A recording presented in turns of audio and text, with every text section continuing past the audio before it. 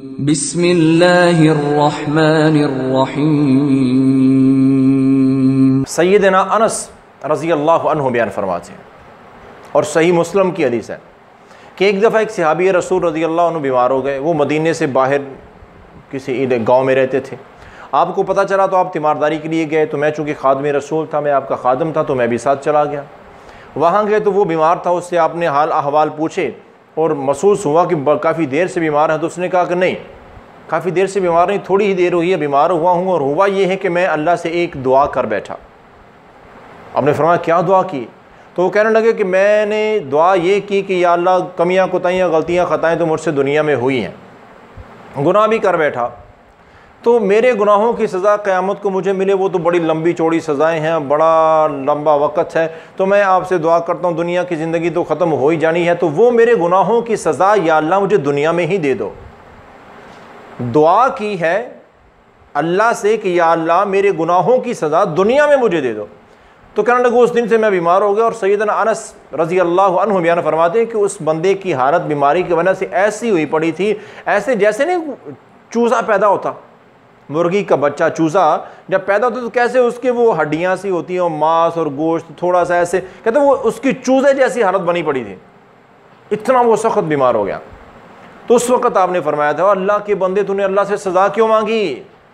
ایسی دعا مانگنا تو جائز ہی نہیں ہے، اللہ سے معافی مانگو، اگر گناہ ہو گیا غلطی ہو گئی ہے تو اللہ سے معافی مانگو، تو معافی مانگنی چاہیے، سزا نہیں مانگنی چاہیے۔ تو بطور سزا دنیا میں اللہ سے کچھ مانگنا قطعاً کسی مسلمان کے لیے جائز نہیں ہے۔ نمبر 2، دوسرے نمبر پر سیدنا جابر رضی اللہ عنہ بیان فرماتی ہیں، سنن ابی داؤد کی حدیث ہے کہ آپ نے فرمایا کہ لا تدعوا علی انفسکم ولا تدعوا علی اولادکم، دعا کرتے ہوئے کبھی بھی اپنے متعلق یا اپنی اولاد کے متعلق بد دعا نہیں کرنی، جائز نہیں ہے کسی مسلمان۔ کوئی لوگ بڑے تنگ آ کے اللہ کو کہتے ہیں کہ یا اللہ اس اولاد سے تو اولاد نہ ہی ہوتی اچھا تھا، یہ تو مر جائیں، یہ تو برباد ہو جائیں، ایسی اولاد، ایسی نالائق، ایسی تنگ کرنے والی اولاد، نا نا نا نا نا۔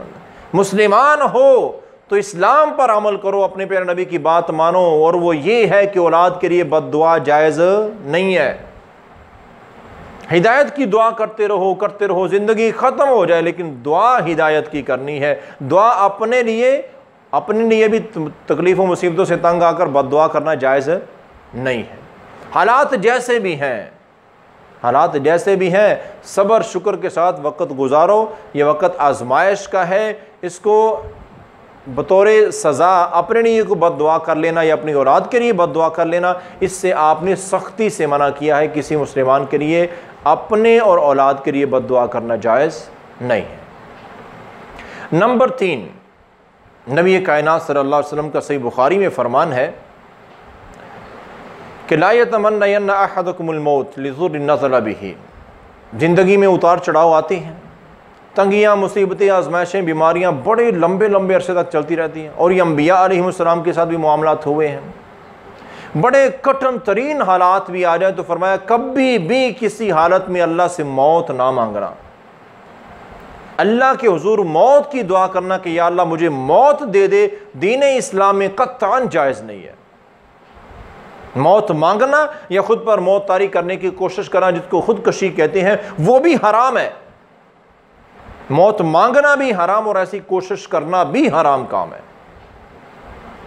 اور آپ نے فرمایا کہ تم زیادہ زندگی سے تنگ آ چکی ہو، زیادہ مصیبت، تو بہت کچھ ہو چکا ہے، تمہیں آخری پتہ نہیں کیا کیا تم کہاں تک پہنچ چکے ہو، تو آخری درجہ صرف یہ ہے کہ تم اللہ سے اتنا کہہ سکتے ہو کہ یا اللہ اگر زندہ رہنا میرے لیے بہتر ہے تو مجھے زندہ رکھ، اگر مرنا میرے لیے بہتر ہے تو مجھے موت عطا فرما، پھر بھی اللہ کے اختیار میں معاملہ دو کہ یا اللہ جیسے آپ چاہیں، آپ بہتر سمجھتے ہیں جیسے مجھے ویسے رکھیے۔ تو بہرحال دعا میں موت مانگنا حرام کام ہے، قطعاً کسی مسلمان کے لیے جائز نہیں ہے۔ تو گناہوں کی سزا مانگنا، اپنے اور اپنے اولاد کے لیے بد دعا کرنا، یا پھر دعا میں موت اللہ سے مانگنا، یہ 3 دعائیں ایسی ہیں جن سے آپ نے ہر مسلمان کو منع کیا ہوا ہے۔